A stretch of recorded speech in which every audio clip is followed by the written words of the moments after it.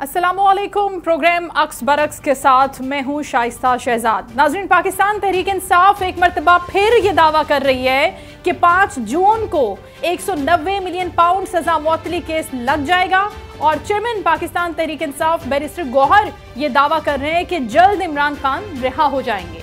बानी के खिलाफ तमाम मुकदमात झूठे हैं, इंसाफ करें और जल्द फैसले दें। बानी ने हमेशा इंसाफ के लिए जिदोजहद की है, इंसाफ होता हुआ नजर भी आना चाहिए। नवाज शरीफ को एक केस में 70 और दूसरे में 91 दिन के बाद जमानत मिली है। बानी पीटीआई को इतने अरसे के बाद भी जमानत नहीं मिली, जबकि खान साहब की बहन अलीमा खान ने बड़े अरसे के बाद आज यू टर्न लिया है और कुछ मासूमाना सवालात इदारों के सामने रख दिए हैं। इस्लामाबाद हाई कोर्ट के बाहर मीडिया से गुफ्तगू में कहा कि बताएं कि बानी पीटीआई क्या चीज छोड़ दें, आप उसे रिहा कर देंगे। अलीमा खान ने किसी का नाम लिए बगैर कहा कि आप हमसे आकर बात करें, आपको बात करनी है तो हम खवातीन आपके सामने बैठ जाती हैं, मगर सामने आकर बात करें। 2 साल से हमें ये नहीं पता चल रहा कि आप मांग क्या रहे हैं। बानी पीटीआई क्या चीज दें आपको जिससे आप उनको रिहा कर देंगे। वज़ीर आला KP अली अमीन गंडापुर ने भी मीडिया से गुफ्तगू की और कहा कि ये लोग पाकिस्तान के आइन और कानून से खिलवाड़ कर रहे हैं, बानी कौम और हमारे बच्चों की जंग लड़ रहे हैं। ये अली अमीन गंडापुर की जानिब से भी कहा गया और उन्होंने एक मरतबा फिर कहा कि ये जिदोजहद हम नहीं छोड़ेंगे और एक तहरीक का ऐलान भी किया, आगाज़ भी कर रहे हैं कि सड़कों पर निकल आएंगे। इस सारी सूरत हाल पर बात करेंगे। ऐसे में अलीमा खान साहिबा का जो स्टेटमेंट है वो इंतहाई अहमियत का हामिल है।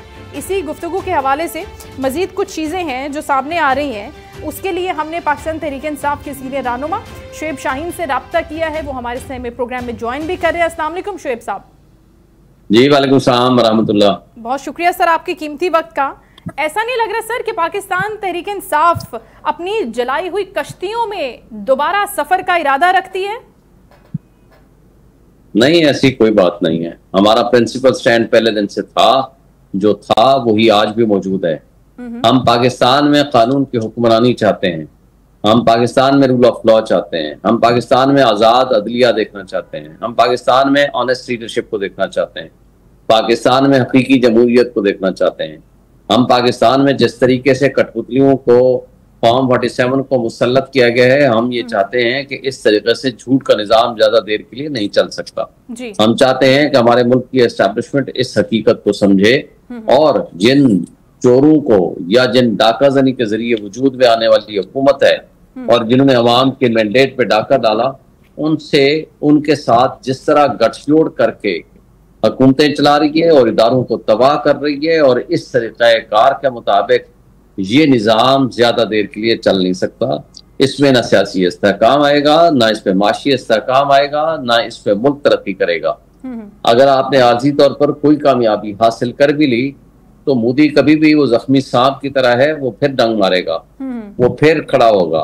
आपको अपनी मईशत दुरुस्त करनी है, आपको अपने इदारे दुरुस्त करने हैं, आपको अपनी जमहूरियत ठीक करनी है, आपने लोगों को हुकूक देने हैं, आपने मुल्क में निज़ाम इंसाफ को दुरुस्त करना है, और ये सारी चीजें आपके हाथ में हैं। और एस्टैब्लिशमेंट ने जिस तरह 26वीं यानी तरमीम के जरिए हर चीज अपने कंट्रोल में ले ली, इससे मुल्क को तबाही के दहाने पे तो पहुंचा दिया है, और ये तबाही मजीद आगे बढ़ती चली जाएगी, ये मुल्क को दुरुस्त सिमत में नहीं लेके जाएंगे। इसलिए हमारा पैगाम बड़ा वाज़ेह है और सबके लिए है। अच्छा, तो आज जो अलीमा खान साहब ने गुफ्तगू की है, आपने कहा कि नहीं, हम अपनी जलाई हुई कश्तियों में सफर का इरादा नहीं रखते। अलीमा खान के स्टेटमेंट को कैसे देख रहे हैं आप? वो कहती हैं कि क्या चीज़ छोड़ दें तो आप बानी को रिहा कर देंगे। कुछ लो और कुछ दो की जो पॉलिसी है, अगर उसको अपनाना है तो फिर क्या बात हो रही है और किससे कहा जा रहा है ये शुएब साहब? देखें, जो मुख्तदर हैं उन्हीं को पैगाम था, और किसको हो सकता है कि आप जो बज़ाहिर ये कहते हो कि हम बैक पे बैठ के अपनी कठपुतलियों के जरिए आपसे मुज़ाकरात चाहते हैं, वो कठपुतलियों के जरिए का तो कोई फायदा नहीं, क्योंकि वो कठपुतलियों की लाइफ लाइन ही वो एस्टेब्लिशमेंट है।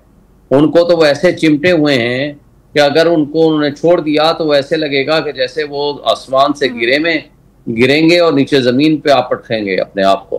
तो लिहाजा क्योंकि उनकी सारी पॉलिटिकल पार्टीज तो खत्म हो गई हैं, पॉलिटिकल स्पेस तो उनके पास है नहीं है, तो लिहाजा उनकी मौजूदगी में क्या हम आपसे बात करें। तो उनका पैगाम तो बड़ा वाज़ेह था कि आप बताएं क्या इस मुल्क में हमने कौन सी गलत बात कही है, क्या हम जमहूरियत नहीं चाहते, क्या हम इस मुल्क में कानून की हुक्मरानी नहीं चाहते?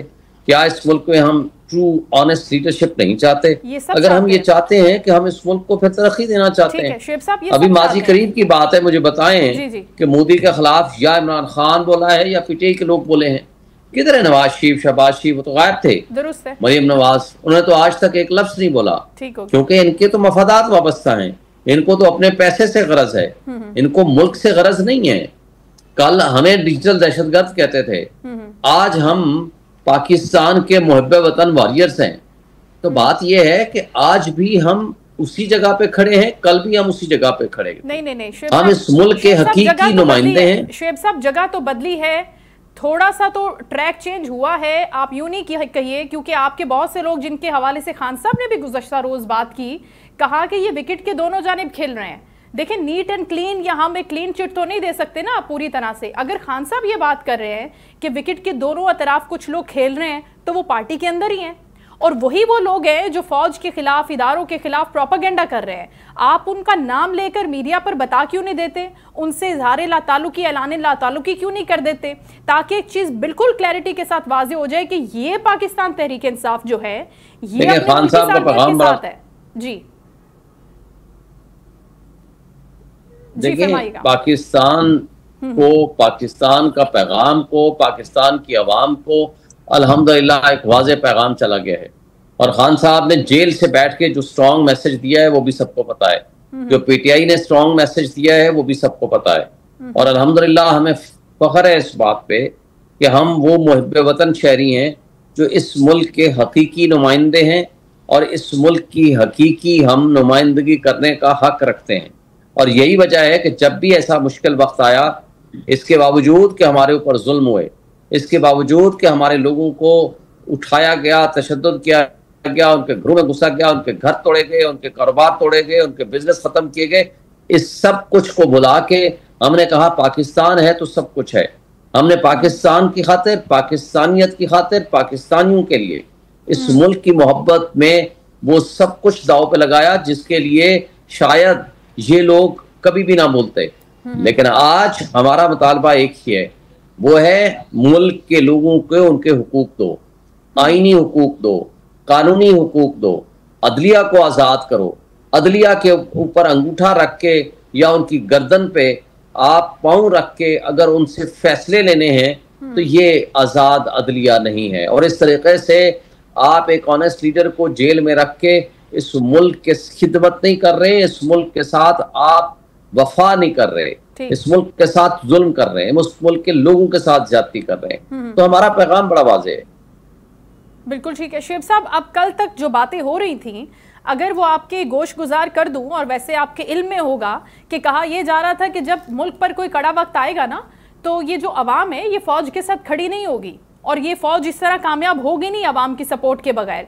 तो अल्हम्दुलिल्लाह आपने भी देखा, हमने भी देखा कि अवाम अपनी फौज के साथ शाना बशाना खड़ी हुई, कंधे से कंधा मिलाकर, बल्कि उनसे भी आगे आकर दुश्मन की आंखों में आंखें डालकर जवाब दिया, चाहे वो सोशल मीडिया प्लेटफॉर्म हो या फिर वो, अगर हम जमीनी लड़ाई की भी बात कर रहे हैं, तो ये कौन कहता था?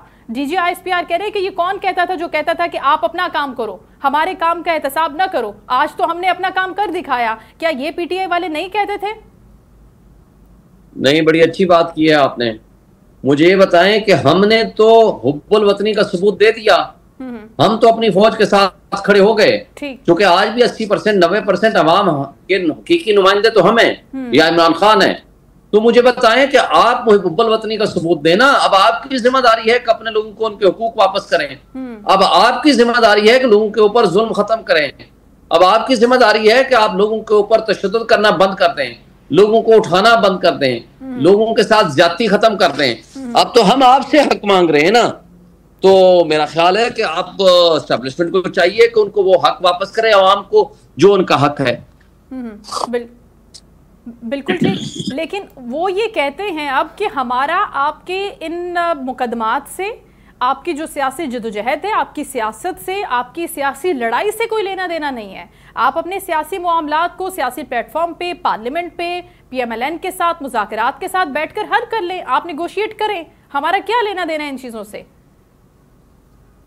मैडम, ये आपको भी पता है, ये उनको भी पता है, ये पाकिस्तान के हर मुहिब्बे वतन शहरी को भी पता है कि इन कठपुतलियों के लाने में अगर हमारी एस्टेब्लिशमेंट आज एक दिन के लिए साइडलाइन हो जाए तो ये धड़ाम से गिर जाएंगे।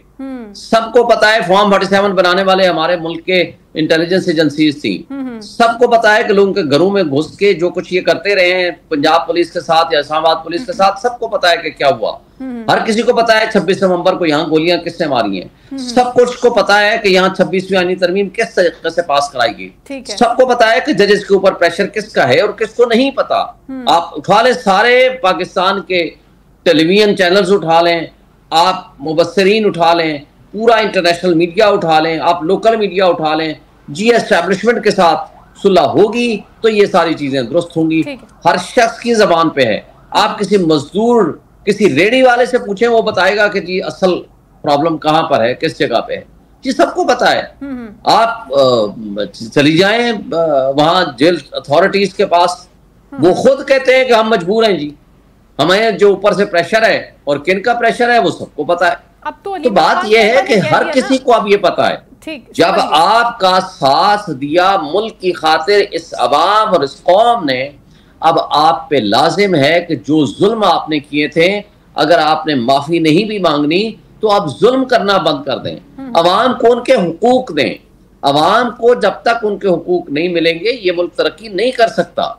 यही बात हम समझाने की कोशिश कर रहे हैं। बिल्कुल ठीक। आज अलीमा खान साहबा ने भी कहा है शुएब साहब कि आप बैठकर हमसे बात कर लें।